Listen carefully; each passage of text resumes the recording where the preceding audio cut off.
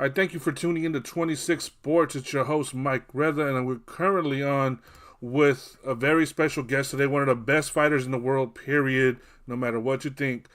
We're on today with David El Bandera Roja Benavidez. So how you doing today, brother? I'm doing good, man. I just finished with one of my workouts not too long ago. We got two workouts in today. We got another one at 7. So I've just been working hard, bro. Everything has been going really good. Been working extremely hard. I've been in training camp for like 2 weeks already. So just been working hard and just looking forward to my next fight.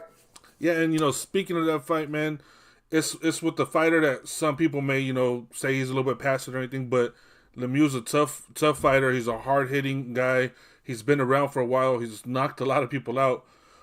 When that fight was presented to you, what was your thoughts, and did you think, oh, it's going to be exciting because he brings it as well? Yeah, I was excited when they first made the fight mandatory from the WBC. There was a lot of other fights I wanted, but this was a one that it was made mandatory for the W by the WBC for the WBC interim title. And in my opinion, it's a good fight. David Lemieux, I think he only has like 3 losses. He has lots of knockouts. I've been watching him for a long time, since I was a little kid. So he has good power, and then sometimes with older fighters, the last thing to leave is the power. The power stays. So, I got to go in there. I got to be very cautious. But like for myself too, I'm a big power puncher too. I got a lot of skills myself, and I know I can hurt him at any time. So I'm excited to go in there. It's going to be a good fight. He's a brawler. I'm a brawler. So I think it's just going to be exciting all night. Exactly, and then obviously getting the fight back in your hometown again, that's got to be special for you. I believe it's your second straight fight at home, and it's a fight again where you get to bring out the crowd, but also this one is essentially a guaranteed banger, man. Because he's not gonna come out here. He's not gonna try to box you. He's not gonna try to be quicker than you because we know you have that advantage as well. So being at home and having this type of fight, how much more exciting is that for you as well? Yeah, it motivates me a lot, just because just seeing how the last fight went and how the people responded to me. There's a lot of fans there and the atmosphere was crazy. So you go from fighting 2 fights in the bubble and then fighting back in your hometown, and it's like something you can't explain. The feeling is just amazing fighting in front of your people. And now this is going to be even bigger, fighting for for a title back at home. I've never fought for a title at home, so this is something really big for me too. And it's going to be a tough fight, man. It's not going to be easy. I don't think at this level there's no easy fight. So, we're preparing extremely hard, and I'm excited. It's going to be a good fight. Lemieux he's not going to back down. I'm not going to back down. So it's the person who has the most heart, and I don't think this fight is going to go to the distance. I am going to go in there and stop David Lemieux. Okay, and now speaking of that, you said you're gonna go in and stop him. Is that ever your first thought in a fight? I'm going in, I'm going to knock him out, or is it if it comes? Because you do have a lot of knockouts, but I never feel like you're going in there with the mentality that you're trying to knock him out. You just build it up to when you get him. Is that how you fight normally? Yeah, I don't go in there looking for the knockout. I feel like if you look for something too much, you don't end up getting it. I feel like you just do everything right and you let it come on its own. I feel like everything has to go at its own pace. You have to do everything right. You have to work the jab, you have to work the combinations, and you have to work the body. And then there might be a moment where you could catch them, and then the fight just changes like that. That's kind of been the story of my last fights. I started off good. Everything is good. We start off, getting the feel for the fighter, and then, we start breaking them down little by little. And that's just is the formula's always worked for me: jab, combinations, and body shots. And I feel like it's worked for everybody, so I'm gonna keep doing that. Um, but we got to go in there being very cautious. I feel like the first rounds. That's why I don't mind going in there starting off kind of slow, because where it really matters. It doesn't matter how you start off. It matters how you finish. So you got to be in there, especially with the veteran like David Lemieux. He's seen a lot, so I got to go in there. I got to pick my shots right, start off slow, and then we start to bring the tempo up and put the pressure on him towards the end. Yeah, and as you said, starting off slow, it doesn't matter as long as you end the fight how you want. With Lemieux, as you said, he does have 3 losses. He was stopped, I believe, in all three, but he has that power, as you said. It's the last thing to go. Is there anything besides that power that you look at that you know that you have to be wary of in that fight? Yeah, the left hook. He has a good hook, and the thing about him is he kind of sometimes how he catches people, he throws it like if he's throwing a jab, but it comes curved. So sometimes people are trying to like dip it to the right, but then that's when he catches it because he's looping it. So that's what I got. I got to work on that. It's a little kind of awkward left hook. And then he has good uppercuts. Once he gets you to the corner, he knows how to throw the hook and switch up to uppercut. So there's a lot of good things he does. But I mean, I just feel like I just have to keep watching him. I've been watching him already a lot, so I just have to keep watching him, put a game plan in, learn to counter the stuff he does good, and yeah, and take it from there, and then just apply what I do. Great jabs, great body shots, great combinations, and my stamina. I have an amazing stamina. I work hard every day, so. And I'm I out of everybody at the super middleweight division, I feel like I have the highest percentage of punches land. Yeah. I think I landed about 48%. And that's a lot for a power puncher. And I've been landing that since my past 5 fights. So I mean, I just have to go in there and be who I am and do what I do. Yeah, and speaking of that, as a super middleweight, normally super middleweights it's less punches, more controlled boxing, ring technician. You have all that, but then you have speed. You have a speed that's not known for that type of weight class. Where do you think that speed came from, and how much do you enjoy using it? Knowing that you got another weapon that not other fighters have at that weight class. Yeah, I really enjoy it because that's kind of how I set myself apart. Especially, I'm a big guy. I'm 6'2". I'm bigger than everybody I fight, basically, and I don't think anybody expects me to be that fast. Or they'll see me in fights, and then they'll say, "Oh, he's not that fast." But once I get in the ring with them, it's a completely different level.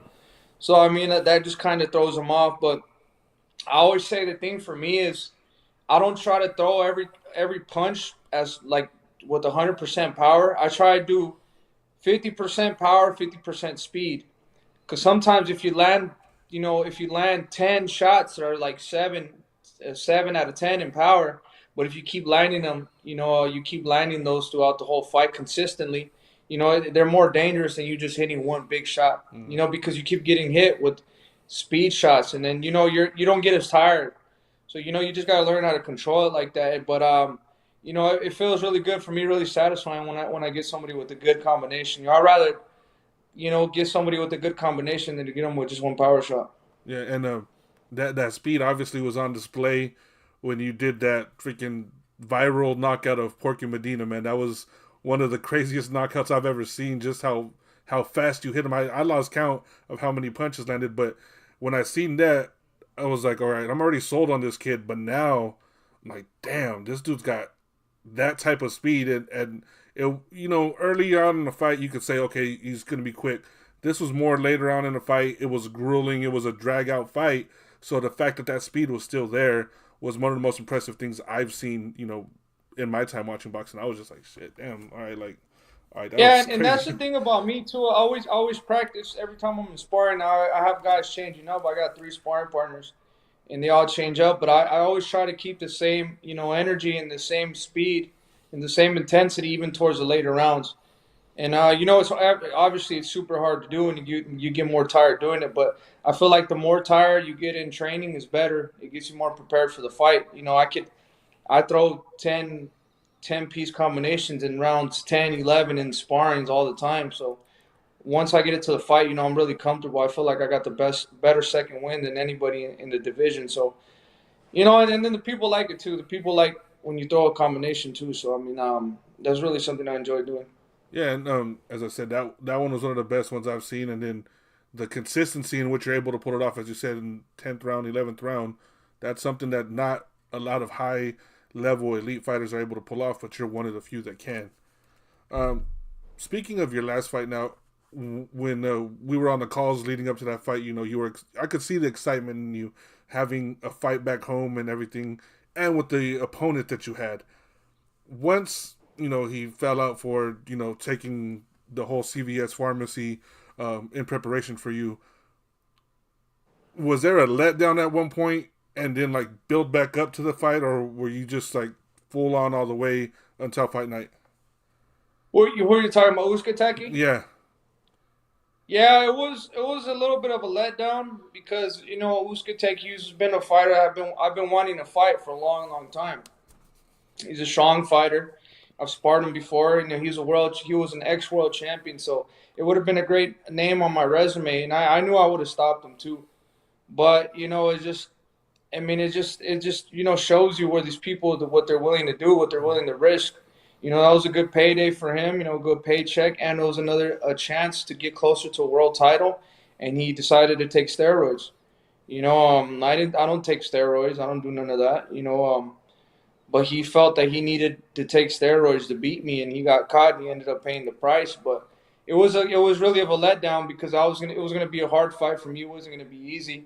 But those are the type of fights I like. Those type of fights I want to elevate myself, and I know that brings the best out of me. So once that happened, it was kind of a letdown, but it was you know, and then that's why I gotta take my hat off and pay my respects to Tyrone Davis because he went in there and he took the fight on 2 weeks' notice. Mm. You know, there were it was an easy fight versus Tyrone Davis. It was easy. He didn't really have too much. I didn't feel none of his power either. He didn't really land anything on me either. So it was an easy fight, but it was a good fight for the fans. I wish the fight would have been a little bit harder. Like I said, if I would have fought Usyk, but I mean, I went in there and I did what I had to do. Mm. I got the TKO victory and I won and I walked away with the victory. Yeah, and that's why I said I seen like the emotion in you leading up to the fight, during the Zoom calls and everything. Like I could see you were hyped for it specifically because of the opponent. And then I seen after, I was like, there had to be some sort of letdown, just the fact of the opponent you had, and then with Davis, he doesn't really seem like the type like Husteki who's gonna run his mouth or say something and try to get under your skin. He just seemed like, hey, yeah, I'll take the fight, let's do it type of fighter. And as they said with Anthony Joshua when he fought Andy Reid, it was like I couldn't get mad at the guy, and then you seen what happened to Joshua. Yeah, but that thing, I still don't take no opponent Yeah. lightly. It doesn't really change to me at all. I feel like I'm still gonna go in there. I had done the training already, so nothing had changed. It's just that the level and intensity of the fight was different, but this game plan was still the same. I feel like with these fighters, sometimes you got to be extremely ready for them too, because if they come in on short notice, you don't know, where they're at. Especially if you had been getting ready for another fighter for so long, and then they put somebody else, the fight could have went completely different. But with me, in my experience that I have, and me just being the overall better fighter, I thought it was going to be a little bit tougher of a challenge because he had got a draw with Anthony Mm. Durrell, and Anthony Durrell's a good fighter. When I fought him, he was giving me a tough fight, so I thought, hey, if he gives Anthony Durrell a tough fight, he might be good. But he didn't end up really being that good at all. So but you just got to be ready. At the end of the day, I'm still excited about fighting. I think it was more exciting for me because I was fighting back in my hometown. Yeah. But I'm a fighter at the end of the day. I love getting in there and I love fighting. So anything that has to do with fighting and me getting in there, I'm always going to be hyped for it. And I'm always going to give 100% no matter who it is I'm fighting. Yeah. Now, we'll go a little bit off of boxing real quick. I know now you're a father. You got a little baby girl. Oh, Once you baby got boy. a little baby boy, I'm sorry. Yeah, but once your son was born, how did that change mentally for you?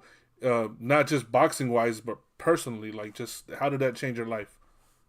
It changed my life a lot because I'm not gonna lie. Before I had a kid, I was just living in a way that wasn't. Obviously, I got suspended for some stuff that I did outside the ring, and a lot of boxers, even though if they don't admit it, they're in training camp for so long, and all they do is they train. They training camp, and then after training camp is party. And then training, party, training, party. And then that's not really a healthy lifestyle to live. A lot of people they don't want to admit that they do that, but I was doing that.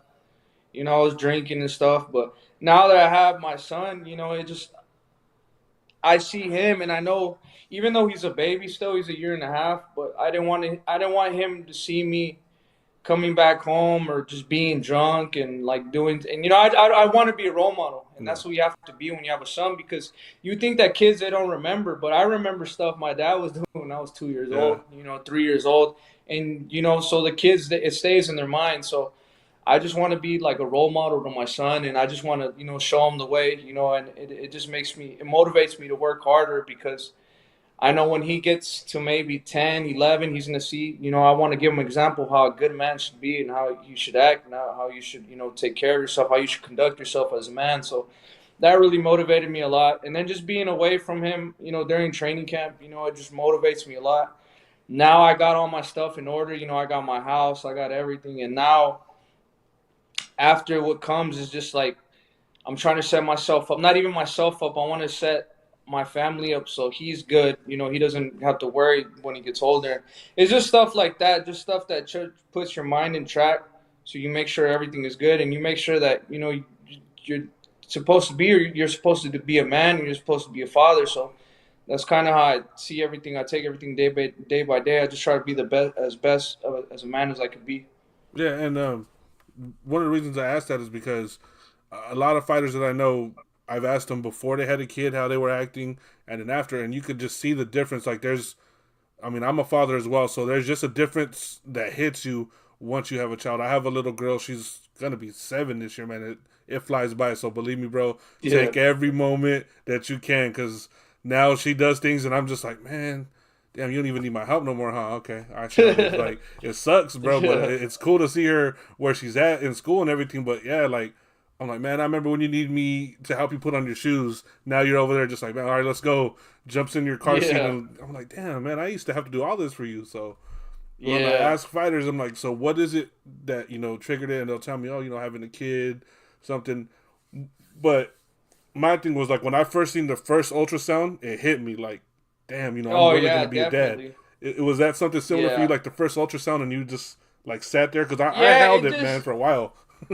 To me, it like you hear the first heartbeat and it just makes you think, what exactly do you want to do? Yeah. And then makes you think of all the mistakes you've done and what you could do to be a better man. And I think just us as men instinctively, as soon as we have a child coming, we just want the better for ourselves and the better for our family. So I feel like I've told all my guys too. I tell like everybody in training camp, I'm like, man, it's fun now. Obviously, it's fun being single. It's fun partying and do whatever you want to do. It's like, but I told them once you get a woman you love and then you get close to having a kid or you have a child, like it's gonna change you completely. You're gonna be even hungrier than you are now.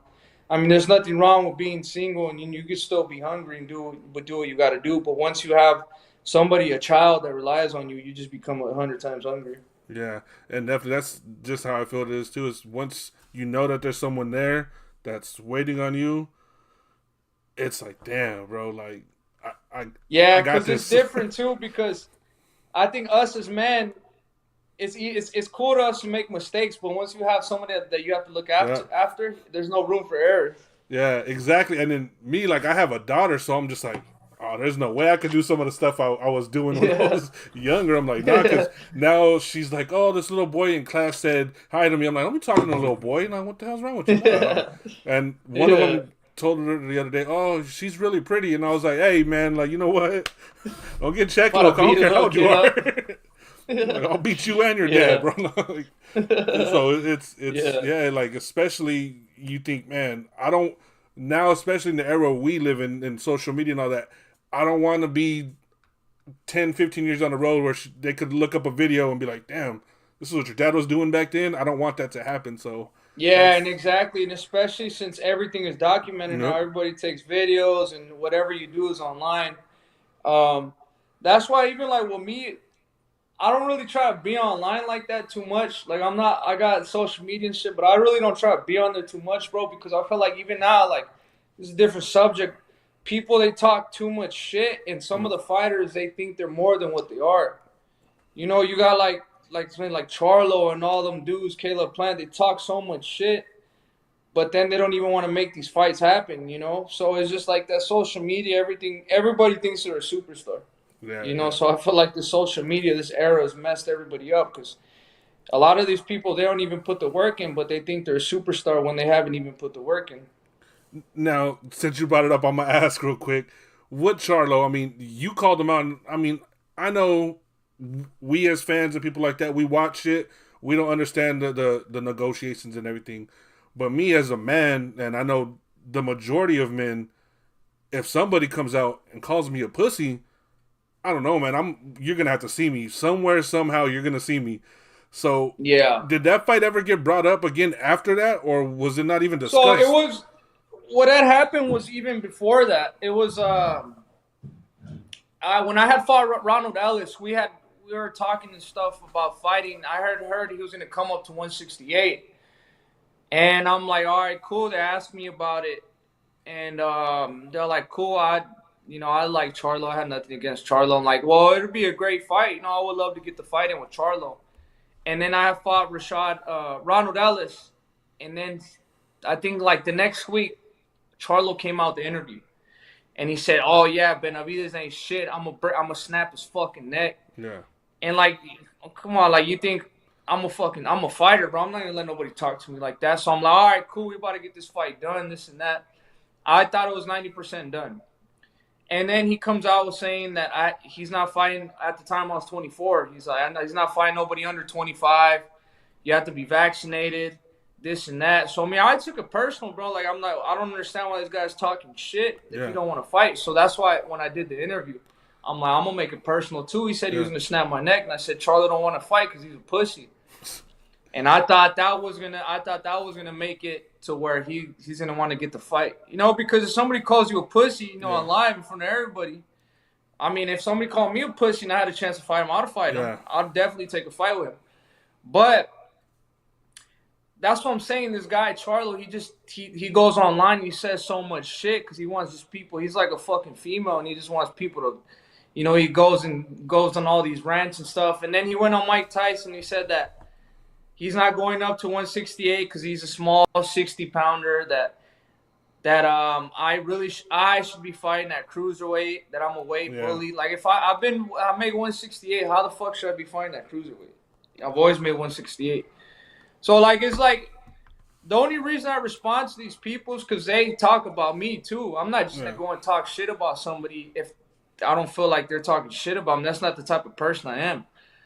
So, if he feels some type of way, then he can fight me. If he wants to fight me in the street or if he wants to fight me in the ring, I'm with whatever. I really don't care. I mean, this guy just talks a whole bunch of shit, but that's not even it, too. What pisses me off about him is I'm not the only one. He did that to Bubu Andrade, talking all this shit, fight never happened. Did that to Daniel Jacobs, talking all that shit, fight never happened. Jaime Munguia, fight never happened. That was supposed to happen, the fight didn't happen. Me, who else? He just fucking talks and talks and talks, bro. And like that shit's whack to me. Like, I mean, I'm not really with all that talking shit, bro. I'd rather do my talking in the ring. And if I see that it's not. The fight's not going to be made. I'm not a female. I'm not going to be on Instagram going on rants and shit or Twitter. And I'm not going to be wasting my time. I got other better shit to do. I'm a grown man at the end of the day. I'm not going to be on Instagram talking shit, typing to somebody when it's not going to lead to nothing, Yeah, definitely. And that's one of the things I really appreciate about you as well is not just the fact that, as you said, you made mistakes before and you owned up to them. A lot of people with the Canelo situation, it's, oh, Canelo's ducking this guy, this guy, this guy, this guy. But yet, the fighters that they say he's ducking, you've come out and you've been like, nah, he's earned the right to do what he's going to do. But you're not like so many of these other fighters like, oh, I'm going to sit and wait. You're like, oh, he's not going to fight me right now? I'm going to go get my work in. I'm going to go get some fights in because why just sit back? So... Yeah, and I feel like that's what I'm trying to make these fights happen too because honestly, in reality, I don't think this fight's going to happen in a while. He's came out publicly say that I have nothing to offer him. Well, if I have nothing to offer him, then what am I going to do? Yeah. I'm not going to fucking go and cry on the internet. So now that's what I'm saying. Andrade's coming up to 168. He's fighting for an interim belt, WBO interim on the same day I'm fighting. I'm expecting him to win, and, we both win, and then we'll probably make that fight happen. Or if not, Caleb Plant has been talking. He's been talking recently too, so...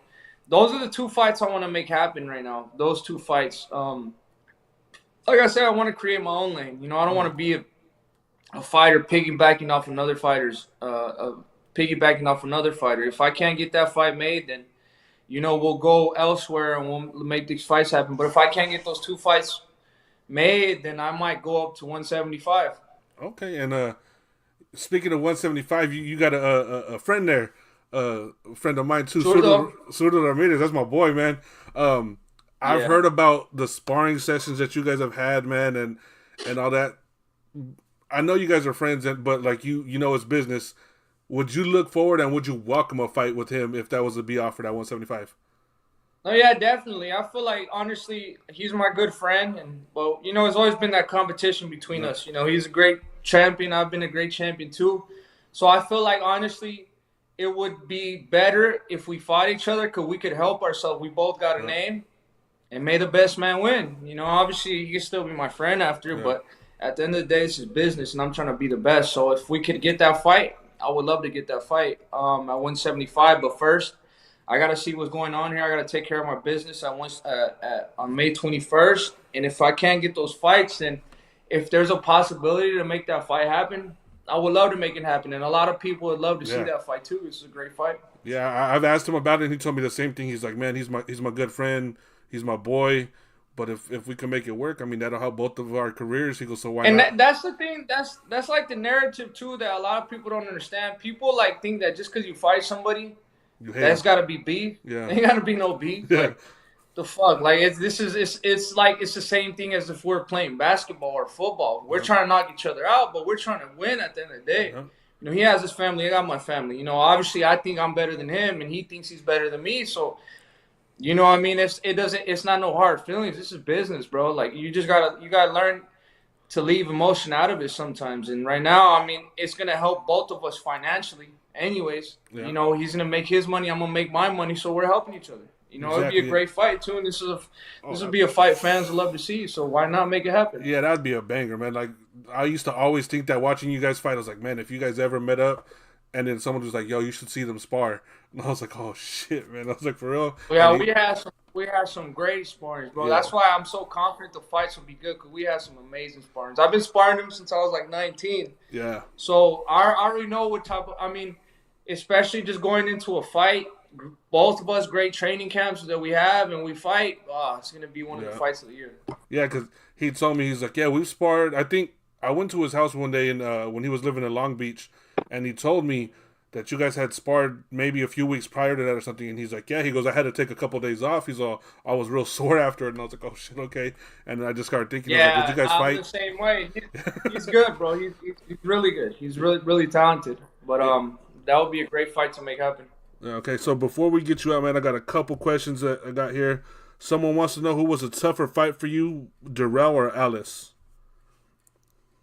I think Darrell was a little bit harder of a fighter because he was a champion. It was a little bit more pressure in the fight. And he moved around a lot. And I think before I got suspended for a year. And then I fought Jay Leon Love, one fight. It lasted 2 rounds. And then he was right after. So I was, I kind of had a little bit of ring rust. And then when I fought Ronald Ellis, I had like 4 fights under my belt already. So I think Darrell was a little bit harder. He's a little bit more tricky. Okay. So Darrell, and then the last one here I got is someone wants to know. You kind of went with this already, but how were you able to mentally disconnect from all the social media noise that, as you said, people just running their mouth? Social media is not real life, bro. I think people need to understand that. A lot of people need to understand that, bro. Yeah. And then, too, like, I don't even take this shit serious sometimes, too, because, like, I'll be reading through the comments and I'll have, like, somebody talking shit, and then I'll click on it and it's like a little kid. You know what I mean? So I'm like, I can't take this shit serious. But, if people, like, really look at this shit all day, they could drive themselves crazy. Yeah. But I'm like, man, I'm doing what I'm doing. I post my shit. I promote my fights. I sell my merch, and that's it. I don't really try to be on Instagram too much. Yeah, definitely. Or Twitter. As you said, I had one, I forgot it was a fight, and I said I felt a certain way. I was like, I think this guy won. And a dude, I thought it was a grown man. And he goes, oh, shut up, you walking donut. And I was like, oh, that was pretty good. So I go, oh, man, go sit back in your grandma's basement. And then I clicked on his picture, and it was a kid. And he's like, my grandma doesn't have a basement. I was like, oh, fuck. I'm not arguing with the kid, bro. I was like, never mind. I was like, fuck this shit. And then you feel stupid. Yeah. You feel stupid because you're like, damn, it's like a little-ass kid and shit. And I'm arguing with them, like, grown-ass man arguing with little kids. I was like, I just really clowned him and his grandma, and he's like 12, bro. I was like, fuck, you know what? I turned off my phone. You start to feel bad after, like, yeah, I'm really out here talking shit to little kids. Yeah, I was like, I'm done. Just shut my phone off, and I was like, I'm out. So, real quick before we head out, because I know you got other stuff you got to do.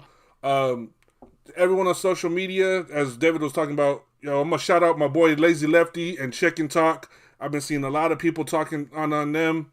Yo, Lays, you always got my respect, you always got my love, and you always got support over here, bro. So shout out to Chicken Talk. And real quick, David, before you go, if there's anybody or anything you want to say before you head out. No, I just want to thank all my people. Everybody's been supporting me. Toda la gente que tengo ahí en Phoenix, Arizona, Seattle, Washington, toda mi raza que tengo en los Estados Unidos, los quiero mucho. And, I just want to give a shout out to all my people, Miami, Phoenix, Arizona, Seattle. Everybody's been following me, man. Thank you so much for all the support. And May 21st, we're back out there, going after another title. And I'm very excited. And it's going to be a great fight. So be sure to tune in May 21st on Showtime. Definitely. Again, so guys, May 21st, Showtime. David Lemieux.